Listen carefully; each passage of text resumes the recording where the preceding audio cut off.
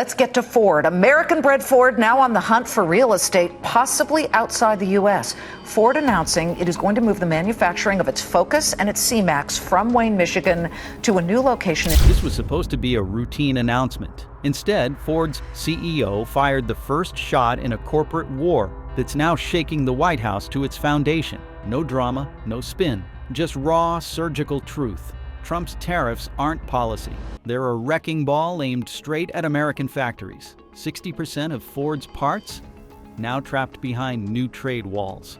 Billions on the line. Thousands of jobs hanging by a thread. But this goes deeper than politics. Ford didn't just challenge Trump. It broke ranks with a century of unspoken loyalty. So now the questions come hard and fast. Did Ford just expose the cracks in Trump's economic empire? Is this the beginning of a manufacturing exodus? Keep watching, because the next move changes everything. Ford versus Trump, the clash of economic visions. Ford's very existence is tied to globalization. Its supply chain stretches across borders with the precision of a Swiss watch. Engines crafted in Canada, steel refined in Mexico, high-tech components shipped in from East Asia. The entire system is a case study in modern economic interdependence. And that system, Farley argued, was now under siege. At the heart of the conflict is a philosophical divide. President Trump's America First agenda rests on economic nationalism, tax foreign goods, bring production home, and reward companies that manufacture within the United States. The goal? Revive Rust Belt towns and reverse decades of industrial decline. On paper, it sounds noble. In practice, companies like Ford call it unworkable. Farley pointed out that tariffs on raw materials like aluminum and lithium don't punish China. They punish the American companies that have no choice but to import them. And those costs? They're passed directly to the consumer. It is not just about auto parts. It is about ideology. Trump wants to rewrite the rules of global trade by brute force. Ford, like most multinational companies, believes survival depends on navigating those rules, not tearing them down. The result is a high-stakes economic duel, a president demanding patriotic loyalty versus a company trying to remain globally competitive in an age of electric vehicles and international supply chains. This isn't theoretical. A 25% tariff on Mexican-made transmissions doesn't just hurt Ford, it spikes the price of the Ford Bronco. A 10% tariff on Chinese lithium inflates the cost of every electric battery. That, in turn, drives up the sticker price for American consumers, reduces sales, and threatens American jobs. The very people the policy is supposed to protect are the first to suffer its consequences. Yet Trump sees this differently. He sees a company abandoning American workers in favor of cheap labor and foreign factories. And to him, that's treason. That clash reached its boiling point when Trump decided to go on the offensive, in front of a roaring crowd, the rally that turned into a war cry. A few days after Farley's remarks, Donald Trump took the stage at a packed rally in Michigan. It was familiar territory, blue-collar heartland, where Ford trucks are religion and manufacturing jobs are sacred. But this time, the crowd wasn't there to celebrate the auto industry. They were there for a reckoning. Trump, always attuned to spectacle, didn't wait long to strike. Ford has turned its back on the American worker, he shouted. They are shipping your jobs overseas while you're left to pick up the pieces. The crowd erupted. Chants of "Bring jobs back" echoed through the venue. Trump pointed directly to Ford as a symbol of betrayal. He accused them of choosing profits over patriotism, of abandoning the very people who built the company. The president's rhetoric was fire and fury, but it was calculated. He promised tariffs, penalties, and the possibility of revoking government contracts for any corporation that outsourced jobs. It's real simple, he told the crowd. If you want to sell in America, you better make it in America. For Trump's base, this message was electric. The anger was real, and Trump knew exactly how to tap it. But for Ford, the danger was growing. The narrative had shifted from economics to loyalty. Ford was no longer just a company making hard decisions in a tough global market. It was now a symbol of defiance against Trump's vision for America. And that's where the stakes changed. Because while Trump was stoking fury, Ford was preparing something far more dangerous than silence. So we dug through industry reports, insider leaks, and trade data. That way you don't have to. And now you know exactly why Ford made its move, and what it means for your wallet and job. So if this saved you time or made you think, a subscription is more than fair, do it, and let's talk about something else. See, Ford wasn't about to be bullied into silence. Instead, they launched a message of their own. Ford fires back and doesn't blink. Days after the rally, Ford issued a statement that did not walk back a single decision. It was not an apology. It was a manifesto. The company positioned its overseas expansion not as betrayal, but as strategy. To lead in electric vehicle technology, they argued, Ford had to think globally, act decisively, and invest where supply chains were secure and materials were accessible. The company emphasized its ongoing investments in domestic research and development facilities, particularly in Ohio and Michigan. But it made one thing very clear: survival came first. Ford's response wasn't emotional. It was strategic. They knew what was coming: backlash, political firestorms, calls for boycotts, and yet they went through with it because Ford wasn't just reacting to tariffs. They were racing against competitors like Tesla, fighting for EV market share, and preparing for a new world order in auto manufacturing. The tone was firm, almost cold. We remain committed to the American worker, the statement read. But we must also make strategic decisions to ensure long-term competitiveness. This wasn't about choosing politics over people. It was about surviving in a world where materials were scarce, technology was changing fast, and governments were unpredictable. Ford's decision split the nation. To some, it was betrayal. To others, it was leadership.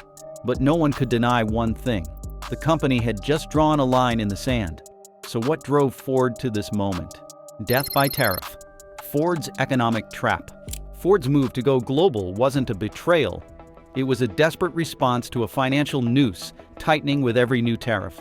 The company has been walking on a fine line between tradition and transformation.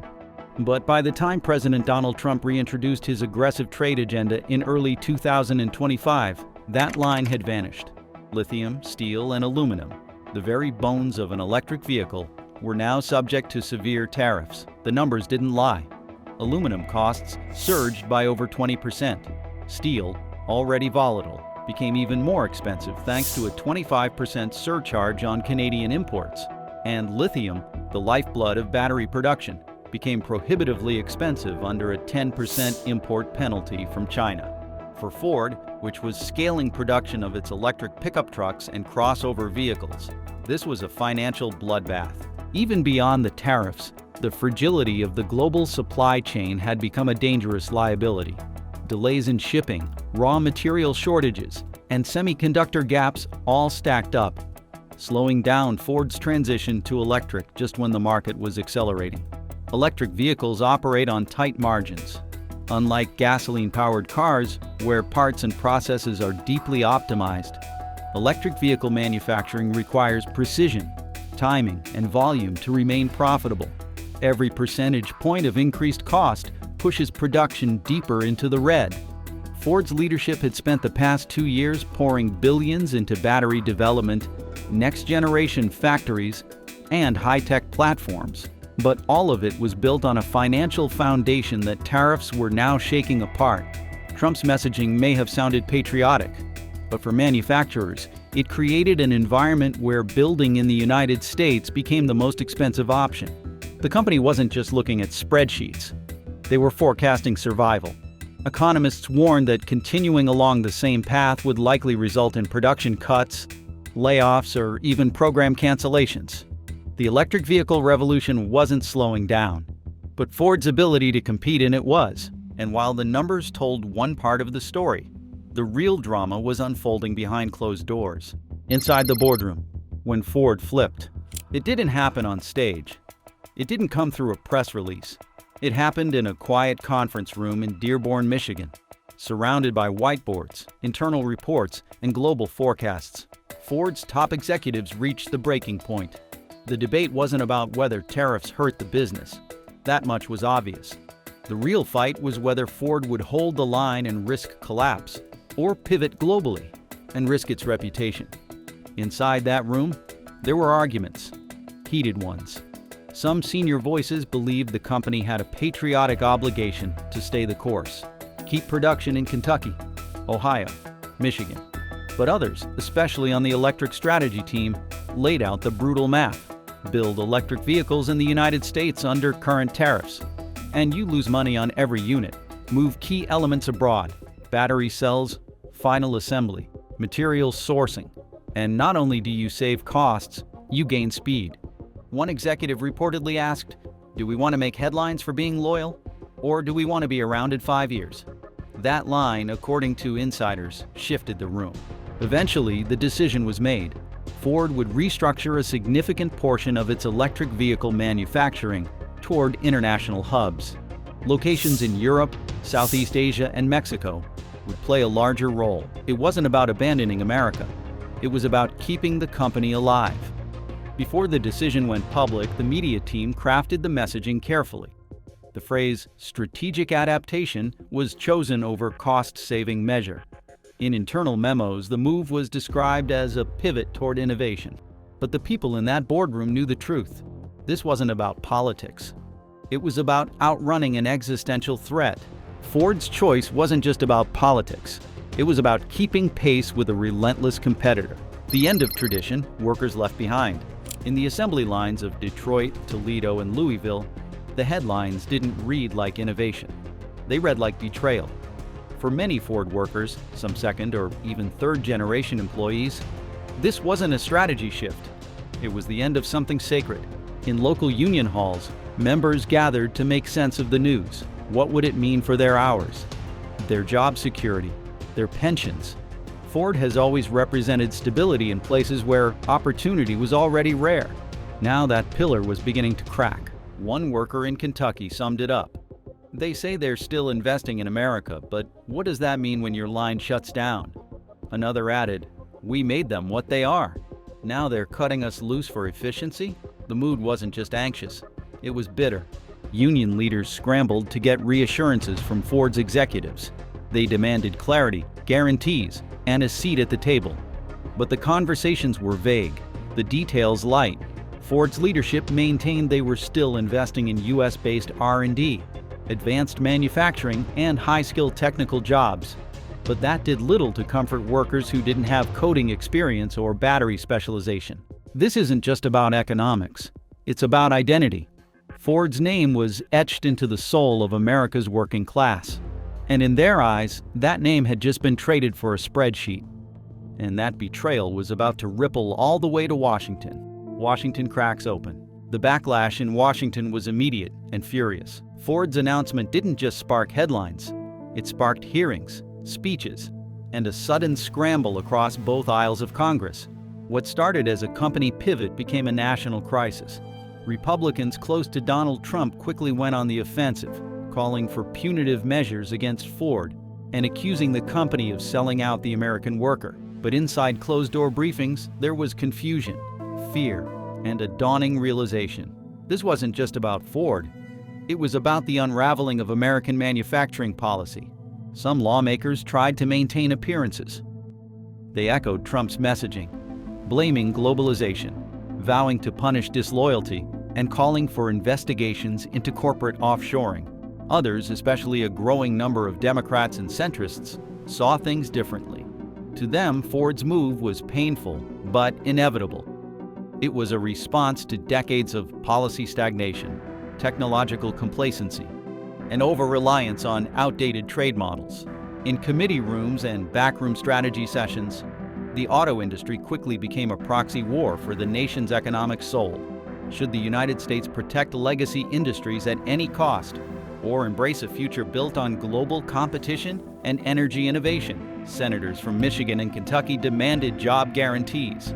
Representatives from California and New York called for new clean tech subsidies. Meanwhile, unions pushed hard to keep the conversation grounded in reality. What happens to workers when companies evolve faster than government? They lobbied for retraining initiatives and federal protections, but even they couldn't ignore what was coming. The economy was shifting, the policies weren't. Ford executives were called to testify. Analysts were grilled, and political PACs started drawing battle lines. The headlines wrote themselves. Ford versus Trump. Congress divided. The future of work on trial. While Congress argued, Ford was already executing the next phase of its plan, Ford's billion-dollar global bet. While Washington unraveled, Ford remained locked in on execution. The risks had already been measured. Now it was time to act. Quietly, over the course of several weeks, Ford accelerated a global strategy that had been months in the making. This wasn't a retreat from America. It was a recalibration for survival and dominance. Billions were directed toward new battery plants in Europe and Southeast Asia. Research centers popped up in regions with easier regulations and greater access to essential materials, like lithium, cobalt, and nickel. Internally, they called it a realignment for resilience. But make no mistake, it was a move to future-proof the company against political chaos and resource volatility. Ford's engineers streamlined battery development, diversified suppliers, and embedded cutting-edge tech into production timelines. They partnered with international firms on artificial intelligence and charging infrastructure. They redesigned logistics networks to bypass the very choke points that crippled the industry during the pandemic. And perhaps most telling, Ford quietly restructured leadership. Entire departments were now led by executives based in Germany, Singapore, and Toronto. The message was clear. Ford was no longer confined to Detroit. It was repositioning itself as a global force, ready to outmaneuver not just competitors, but governments. Ford still pledged investment at home, but behind closed doors, the conversation had shifted. They weren't talking about survival anymore. They were talking about control. And just as Ford went global, Trump went for the jugular. Trump's retaliation blueprint. Trump saw Ford's decision as betrayal, not business, an attack on American pride. He vowed to retaliate with full force. His advisors moved quickly. A special task force began drafting expanded tariffs, new penalties aimed specifically at companies shifting production overseas. In parallel, legal teams explored options for revoking federal contracts. If Ford wanted to do business outside the United States, Trump's message was simple. They could pay for it. In public speeches, the rhetoric turned sharp. Trump accused Ford of turning its back on the American worker. He invoked images of shuttered factories and betrayed communities, rallying his base with promises of revenge. In one rally, he thundered, "Ford was built by American hands. If they think they can just throw that legacy away, they better be ready to pay the price." Behind the scenes, Trump's economic advisors were divided. Some warned that aggressive retaliation could scare off investment, tank markets, or trigger further exits from U.S. companies. But others believed this was the fight Trump needed to energize his campaign. The narrative was already catching fire. Patriotism versus profit, loyalty versus greed. Executive orders were drafted, threats were issued, and headlines multiplied. But while Trump tightened his grip, something unexpected began to stir in the business world. The response Trump got wasn't what he expected. Not from Wall Street, the unexpected corporate revolt. It started quietly, just a few calls from investors to policymakers, voicing concern over the tone coming from the White House. Then it spread. Major CEOs began texting lobbyists. Industry groups held emergency meetings. Business leaders weren't just worried about Ford. They were worried about the precedent. If the president could target Ford, who was next? By the end of the week, multiple trade associations released carefully worded statements, cautioning against punitive action that could destabilize markets. Behind the curtain, titans of industry urged lawmakers to rethink the administration's approach. Some hinted they might follow Ford's path if conditions didn't improve. Others warned that constant policy whiplash was eroding global confidence in American manufacturing. It wasn't a rebellion in the streets. It was a rebellion in boardrooms. Wall Street began adjusting projections. Investors started betting on foreign suppliers and global automakers. Ford's stock, while volatile, held steady, signaling confidence in its long-term bet. And quietly, a few major companies announced they were reviewing their own supply chain strategies. Suddenly, Trump found himself at odds not just with Ford, but with a coalition of the very business leaders he had once called allies. And then the debate hit the streets and the screens of everyday Americans. Consumers take sides. The war wasn't confined to Capitol Hill or corporate offices. It spilled out onto main streets, social media feeds, and dinner tables across America.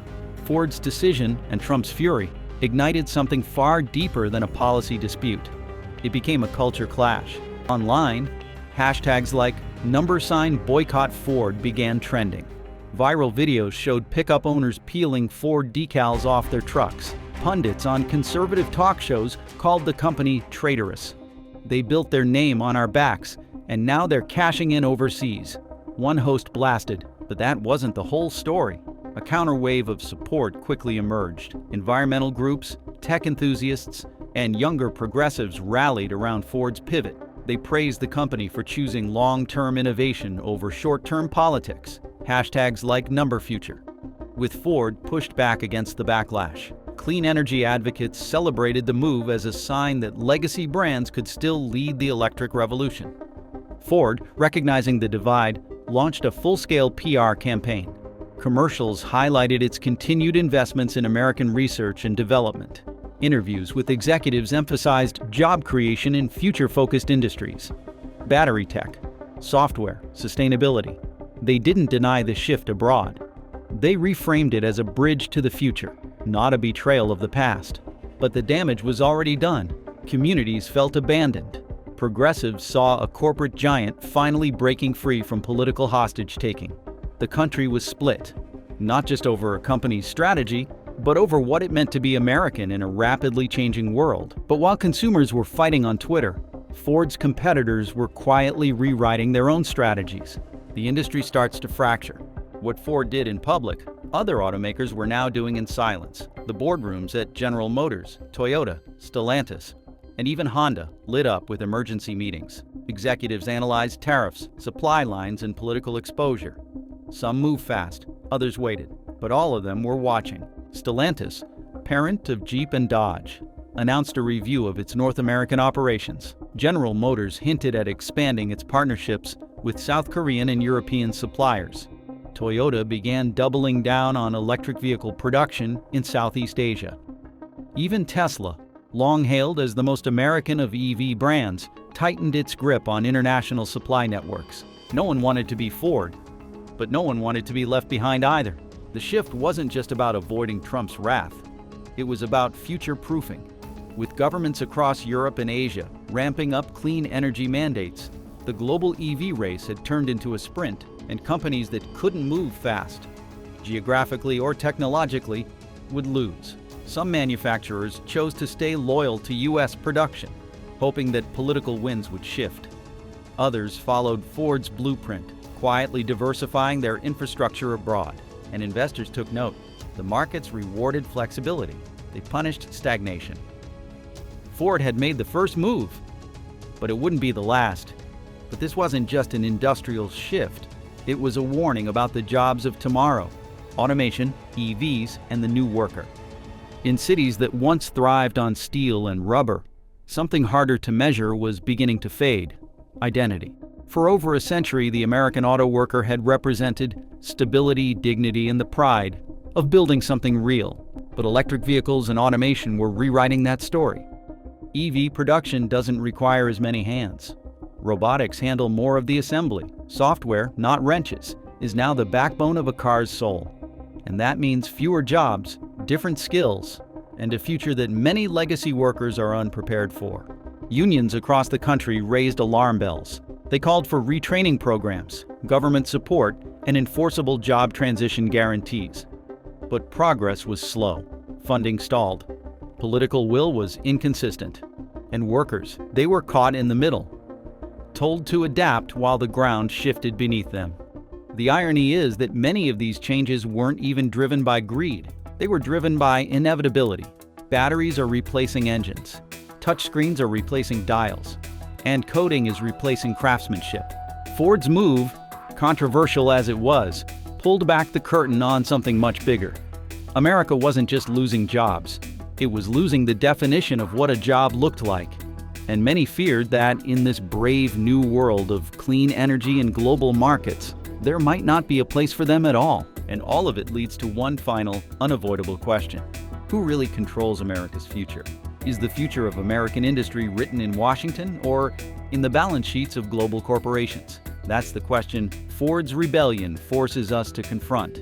Trump promised to bring jobs back, to punish outsourcing. To rebuild American pride through economic nationalism, Ford promised to survive, to innovate, and to meet a new world head-on. Both offered visions of strength, but only one could win. As the dust settles, the deeper question isn't just about tariffs or electric vehicles. It's about power. Who gets to shape the direction of the American economy? Elected leaders or the companies that fuel it?